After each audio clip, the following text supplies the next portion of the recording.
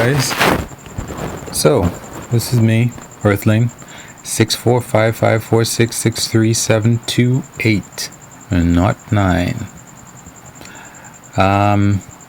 How long will I stick to that corny thing? I don't know. But, I think that, for the moment, I am going to stop with the absurdities that I was talking about for a while there. And I guess I'm going to just talk about my experience, getting fat. To me, like pretty fat. And I did get pretty fat. I am like mid 100s and something, around there. Like 150, 140, not really 140, but around 150, let's say, pounds. And at one point I was 225.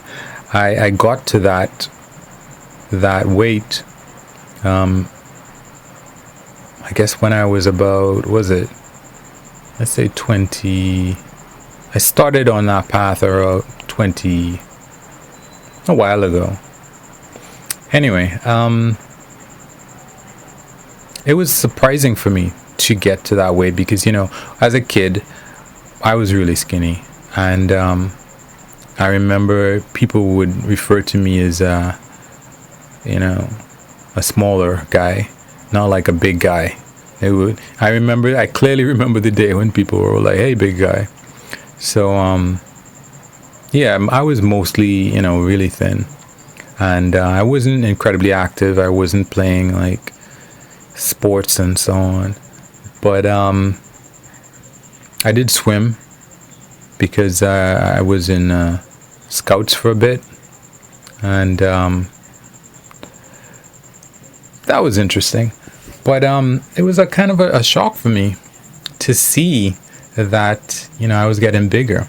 Anyway, when the first time that I actually put on a bunch of weight was after I left high school, and I was at home for a bit, and I was home like constantly, like during vacation time or so, you're home constantly. But it was like that, but I mean, like, I don't think I left the house for a month almost. And, very rarely, probably I did, but not for an extended period of time. And I must have put on like 20 pounds. And when my relatives saw me, they were like, oh, you look a lot better. You're fine. And, but as soon as I went back out to work or to school, I think it was, that was it. Boom. I lost all of that weight. I'd run around the campus and stuff. And I lost that weight. And then I moved to a school where, I was living on campus. And they had a cafeteria. And we paid. Well, I didn't pay, of course. But it was paid. So I could go and eat at the cafeteria every day. And boop, same amount of weight came back on. It's like I was programmed. But I was still running around campus a lot. And it was so funny. One day this guy came up to me. Wasn't a gay guy, he was married. And he was like, but he was into athletics. And he was like, I see you running across the campus sometimes. And you're like a gazelle. It's amazing. And I'm like, wow, okay. That's interesting. And I have to distinguish, this was not he was not trying to come on to me or anything at all in any way, because I've had people on the same campus come on to me, and it was not like that. So, but eventually I got sort of a full-time job on campus, and that was when I started putting on the pounds. And I would have spoken about it in other videos or other audios or podcasts, whatever. Basically, there were a lot of birthdays. Every day was somebody's birthday. every other day, and there was ice cream, there was cake, there were whatever snacks, and I didn't have a lot of money, so I was like, let's eat. And that's really where I ate. And I suppose there was pizza on campus, but there was pizza before I started working full time. I think it was once I started having classes at night and sitting down all day rather than running across campus from here to there to do that for different classes, for whatever. I think that was really it. And especially these birthdays all the time. And one of the things too, when I went to university, before I went to university, I would do push-ups. And when I eventually went, there was my roommate, the person that I roomed with, they were doing push-ups. And for whatever reason, I got it in my head that I don't want them to think that I'm doing push-ups because they're doing push-ups. So I just stopped. And that was one thing. It didn't really... But anyway, the next thing I knew, I had gone from about 160 to the only time that I decided, because I guess that was part of it. Even as a kid when I was skinny, anytime I saw a scale, I'd just measure.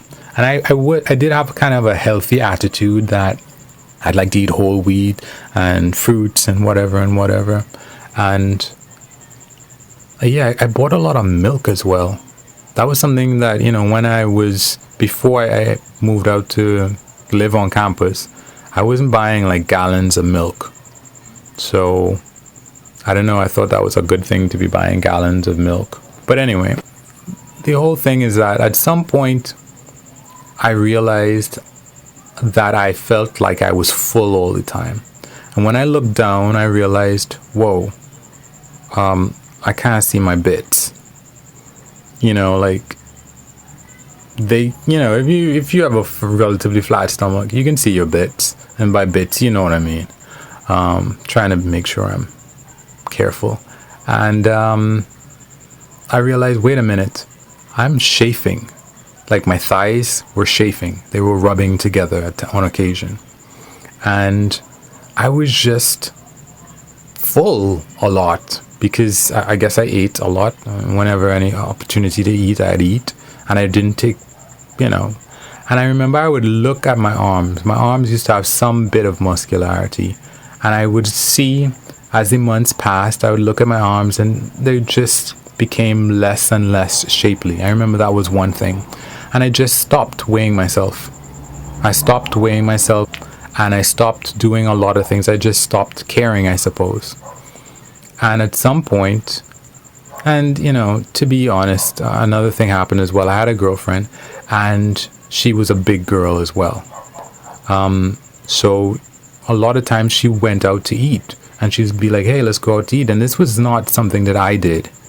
I wasn't used to doing that at all. So here I was trying to grab as much free food as I could, sitting down all day, not weighing myself, keeping track of how my weight was going, not caring too much about what was happening. I was eating out all the time because my girlfriend at the time wanted to eat out all the time. And naturally, here I am. About, how many pounds is that? So that's like 65 pounds, like almost half my body weight that I gained from, when I was really skinny. And at some point I must have said, hey, let's stop. I'm done with this. And I tried to get my girlfriend to exercise because at the time I thought exercise is it. That's how I'm going to fix this. I just have to exercise more. And I would say, hey, let's go for a walk. And we, the things that I suggested, we did like exactly 3 times. So I said, hey, let's go swim. And admittedly, the pool that we went to was over-chlorinated, so our eyes would burn like horribly. And after the 3rd time, she was like, I'm done. I'm not doing that anymore.